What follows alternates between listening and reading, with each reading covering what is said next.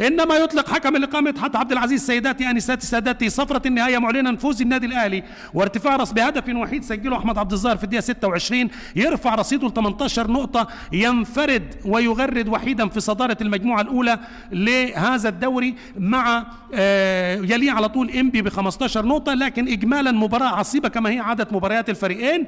سيداتي انساتي سادتي، هذه تحيات معلق لقاء اشرف محمود. سريعا لاستاد النيل والتحليل الكابتن خالد لطيف وضيوفي الكرام الكباتن عصام عبد المنعم، خالد جد الله، عصام مرعي، وللتحكيم الكابتن ناصر صادق. دمتم في امان الله، اترككم في رعايه الله وحفظه، والسلام عليكم ورحمه الله وبركاته.